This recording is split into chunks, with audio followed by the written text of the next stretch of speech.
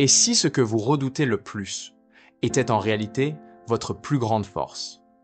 Quand le bruit du monde s'éteint, quand les écrans se figent et que plus personne ne parle, il ne reste que vous, face à vous-même. Pour certains, ce silence est terrifiant, comme un vide immense qu'on cherche à fuir. Pour d'autres, il est simplement inconfortable. Mais très peu comprennent cette vérité fondamentale. La solitude n'est pas une punition, c'est un privilège. Elle n'est pas un gouffre, elle est un miroir. Un espace sacré où l'on apprend, où l'on grandit, où l'on devient. Trop souvent, on confond solitude et isolement. Pourtant, la solitude est un terrain fertile, un sanctuaire où naissent les plus grandes révélations. Être seul, ce n'est pas être faible. C'est avoir le courage d'écouter ce que le monde vous empêche d'entendre, votre propre voix. Il arrive un moment où le monde s'efface. Plus de notifications, plus de conversations incessantes, plus de distractions pour vous détourner de l'essentiel. Juste vous, face à vous-même, dans un silence pur. Ce face-à-face peut être intimidant, car il vous confronte à la seule personne que vous ne pouvez éviter, vous. Sans le filtre des opinions extérieures, des attentes ou des jugements, vous entendez enfin votre propre voix. Cette voix, trop souvent étouffée par le bruit du quotidien, murmure des vérités profondes. Qui suis-je vraiment? Qu'est-ce que je veux? Est-ce que je vis pour moi ou pour plaire aux autres? La plupart d'entre nous fuient ce silence. On remplit nos journées de distractions, de conversations, d'écrans, tout pour ne pas entendre ce murmure intérieur. Mais c'est une erreur. Car c'est dans la solitude que vous rencontrez la personne la plus importante de votre vie, vous-même. C'est dans cet espace que naît la conscience de soi. Comment savoir ce que vous désirez vraiment si vous êtes constamment influencé par les attentes des autres? Comment poursuivre vos rêves si vous êtes noyé sous les ambitions que la société vous impose? La solitude est un refuge, un lieu où vous pouvez entendre votre vérité, loin du vacarme du monde. Pensez aux esprits qui ont marqué l'histoire. Léonard de Vinci, par exemple, passait des heures seul, esquissant, rêvant, explorant les méandres de son imagination.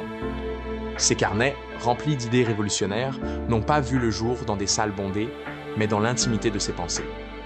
Ou prenez Frida Kahlo, dont les toiles vibrantes sont nées de moments de solitude, souvent imposés par la douleur physique et émotionnelle.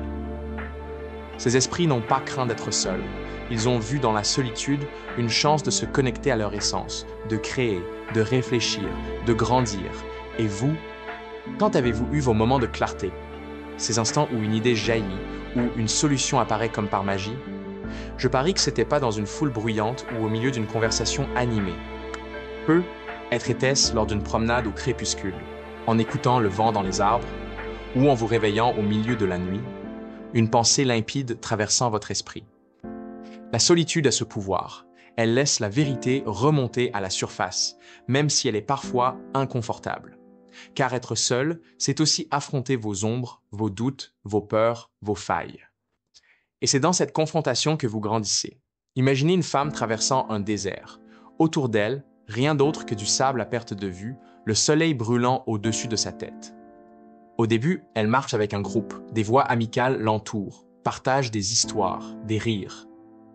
Mais à mesure que le chemin s'étire, ses compagnons s'épuisent, font demi-tour, et elle se retrouve seule. Chaque pas devient un défi, chaque goutte d'eau précieuse. Pourtant, dans ce silence aride, elle découvre une force qu'elle ignorait posséder. Elle apprend à écouter son instinct, à lire les étoiles pour trouver son chemin. Lorsqu'elle atteint enfin l'oasis, elle n'est plus la même. La solitude ne l'a pas brisée, elle l'a transformée. La victoire est à elle, forgée dans les moments où elle n'avait que sa propre résilience pour avancer. Bien sûr, nous avons tous besoin des autres. Les connexions humaines sont essentielles, elles nous nourrissent, nous soutiennent. Mais il y a une différence entre chercher du soutien et dépendre des autres pour définir qui vous êtes. Si vous ne savez pas vous tenir debout seul, vous risquez de vous perdre dans la foule, de vous plier aux attentes, de sacrifier votre authenticité. La solitude, en revanche, vous offre une liberté rare, celle de ne plus courir après la validation. Elle vous apprend à vous poser une question essentielle. Que pense de moi? Plutôt que pense-t-il de moi? Pensez aux écrivains, aux poètes, aux inventeurs. Leurs plus grandes œuvres naissent souvent dans le silence. Virginia Woolf parlait de la nécessité d'une chambre à soi pour créer. Pas seulement un espace physique, mais un espace mental, libéré des interruptions. Votre vie est votre œuvre d'art, et pour la façonner, vous avez besoin de cet espace. Prenez un carnet, marchez sans votre téléphone, asseyez-vous en silence pendant 10 minutes. Ces petits actes intentionnels de solitude peuvent révéler des vérités que vous n'imaginiez pas. Mais pourquoi tant de gens évitent-ils ce tête-à-tête avec eux-mêmes? Parce que la solitude demande du courage. Elle vous oblige à regarder vos failles, à reconnaître vos erreurs, à affronter vos peurs. Il est plus facile de se distraire, de blâmer les autres, de courir sans jamais s'arrêter. Pourtant, c'est dans ce face-à-face que vous découvrez votre force. Comme un arbre qui pousse dans un sol rocailleux, vos racines s'enfoncent plus profondément lorsque vous affrontez l'adversité seul. Vous apprenez que vous êtes capable de surmonter, de créer, de rêver, même quand personne ne vous applaudit. Alors, je vous pose cette question. Quand vous êtes-vous vraiment écouté pour la dernière fois? Pas les pensées fugaces, mais celles qui dorment au fond de vous, celles qui murmurent votre vérité, votre but, votre paix. La solitude n'est pas une punition, c'est une invitation à vous rencontrer, à vous comprendre, à vous aimer. Et lorsque vous le faites, lorsque vous embrassez ce silence, vous découvrez un pouvoir inaltérable. Celui de savoir qui vous êtes, ce que vous défendez et ce dont vous êtes capable. Mais la solitude ne s'arrête pas à ces moments de silence où vous vous retrouvez face à vous-même. Elle est aussi un moteur, une étincelle qui alimente votre capacité à créer, à persévérer, à vous élever au-delà des tempêtes de la vie. Elle vous enseigne que, même dans les moments les plus sombres, vous portez en vous une lumière que personne ne peut éteindre. Approfondissons ces vérités pour comprendre comment la solitude peut devenir votre allié la plus fidèle, celle qui vous guide vers une vie plus riche, plus authentique, plus alignée avec qui vous êtes vraiment. Avez-vous déjà remarqué que vos idées les plus lumineuses surgissent souvent dans les moments les plus inattendus? Une pensée qui éclot sous la douche, une solution qui se dessine pendant une promenade solitaire, une inspiration qui vous frappe au milieu de la nuit. Ce n'est pas un hasard. La solitude crée un espace où votre esprit peut vagabonder librement, sans les chaînes du bruit extérieur. Dans notre monde saturé de notifications, d'opinions et d'attentes, il est rare de trouver un moment de calme. Pourtant, c'est dans ce calme que la créativité s'éveille. Pensez à Maya Angelou, écrivant ses poèmes dans une chambre d'hôtel isolée, loin des distractions de la vie quotidienne. Elle ne cherchait pas le chaos pour trouver l'inspiration, elle cherchait le silence. Ce silence lui permettait de plonger dans les profondeurs de son âme, de tisser des mots qui continuent de résonner dans le cœur de millions de personnes. Vous n'avez pas besoin d'être un poète pour connaître ce pouvoir. Que vous soyez en train de résoudre un problème au travail, d'imaginer un projet personnel ou de chercher une nouvelle direction dans votre vie, la solitude vous offre un terrain fertile. C'est comme une toile blanche où votre imagination peut peindre sans limite, sans crainte du jugement. Alors, la prochaine fois que vous sentez votre esprit s'embrouiller, éteignez votre téléphone, trouvez un coin tranquille et laissez vos pensées danser. La vie est une mer agitée, et parfois, les vagues vous frappent sans prévenir. Les amis s'éloignent, les plans s'effondrent, et vous vous retrouvez seul au milieu du tumulte. Ces moments ne sont pas là pour vous briser, mais pour vous révéler. La solitude vous force à puiser dans des réserves de force que vous ignoriez posséder. Elle vous apprend à être votre propre ancre, même lorsque la tempête fait rage. Imaginez un marin naviguant seul en haute mer. Les vents hurlent, les vagues menacent de renverser son bateau. Il n'y a personne pour le guider, personne pour prendre la barre à sa place. Pourtant, dans ce combat contre les éléments, il découvre une vérité essentielle. Il est capable de tenir bon. Chaque vague surmontée renforce sa confiance. Chaque tempête traversée affine son instinct. La solitude est ce voyage en mer. Elle vous met au défi de faire face à vos peurs, de surmonter vos doutes, de continuer à avancer même lorsque tout semble contre vous. Pensez à Malala Yousafzai, qui, après avoir survécu à une attaque brutale, a dû affronter des moments de solitude, physiquement et émotionnellement. Ces instants ne l'ont pas affaiblie. Ils ont forgé en elle une résilience qui l'a transformée en un symbole mondial de courage. La solitude n'est pas un fardeau. C'est un creuset où votre force se forme, où vous apprenez que vous pouvez endurer bien plus que vous ne l'imaginiez. Dans un monde qui valorise la dépendance, sur les autres, sur les likes, sur l'approbation, la solitude vous enseigne une leçon précieuse. Vous êtes suffisant. Vous n'avez pas besoin de quelqu'un pour vous valider, pour vous sauver, pour vous dire que vous êtes sur le bon chemin. L'indépendance, c'est la capacité de tracer votre propre voie, même lorsque personne ne marche à vos côtés.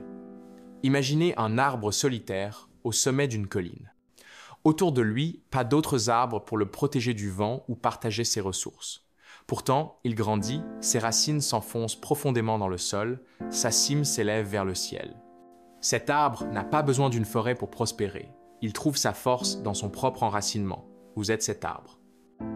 La solitude vous apprend à compter sur vous-même, à faire confiance à votre instinct, à prendre des décisions sans attendre l'approbation des autres.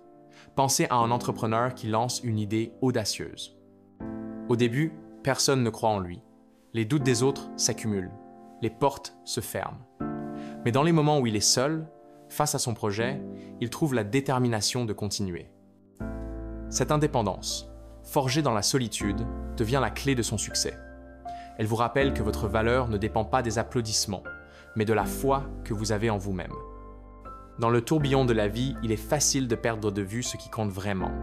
Les attentes des autres, les pressions sociales, les objectifs qu'on vous impose, tout cela brouille votre vision. Mais la solitude est comme une lanterne dans la nuit. Elle éclaire votre chemin, vous aide à voir ce que vous voulez vraiment, ce qui vous fait vibrer, ce qui donne un sens à votre existence.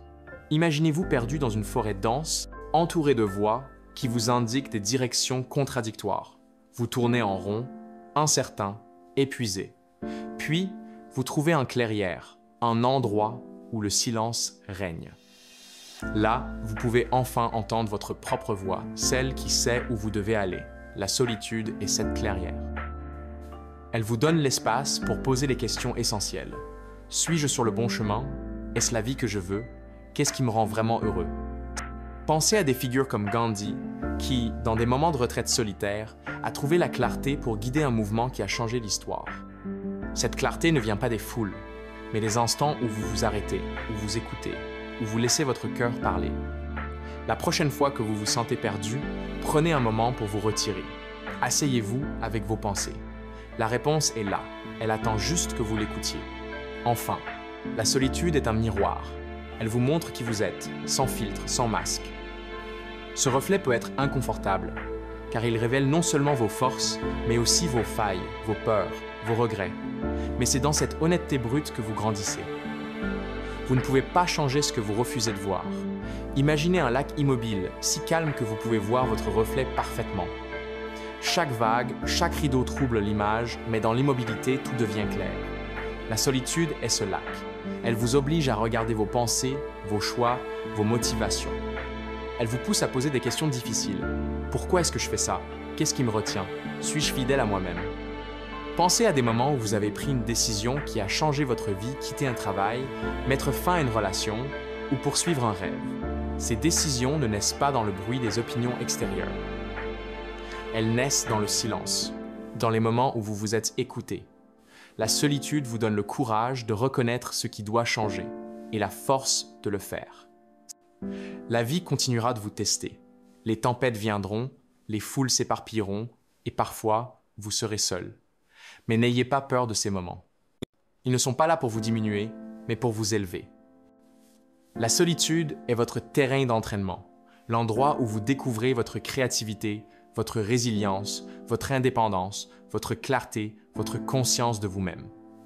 C'est là que vous réalisez que vous portez en vous tout ce dont vous avez besoin pour avancer. Alors, la prochaine fois que le silence s'installe, ne le fuyez pas. Asseyez-vous avec lui. Écoutez. Dans ce calme, vous trouverez non seulement votre vérité, mais aussi votre pouvoir. Un pouvoir que personne ne peut vous enlever. Et lorsque vous vous lèverez, vous marcherez avec une confiance nouvelle.